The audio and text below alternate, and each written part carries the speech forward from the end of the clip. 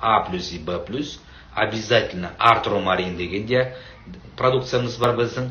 Сол екеуі уже сүйек буын проблемаларына арналған. Яғни витамарин А плюс өнімін таңертең бір шай қасық, витамарин Б плюс өнімін кешке бір шай қасық. Осы тәртіппен кемі 90, максимум 4 айдай береміз. Өйткені А плюстың ішінде костный гликозидтер бар, который сүйек буын проблемаларын қалыпқа келтіретін. Сосын екінші өнім ол артромарин продукциясын 2 капсуладан күніне 2 мезгілден таңертең және кешке береміз. Именно артромаринның ішінде глюкозамин, хондроитин деген өнім бар, который шеміршектің өсуін қалпына келтіретін постепенно. И синовиальный жидкості, мына буынның арасындағы жидкості де қалпына келтіреді.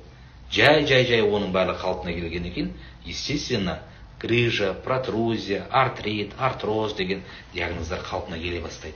Бірақ ауруды асқындырмай, алдын ала осындай тезірек ішкізген жөн. Және де өнім кемі 6 ай ішіледі. Бірден іше салып, аурусыны басыла салып дегеннен аулақ болыңыздар деп айтамыз. Хорошо?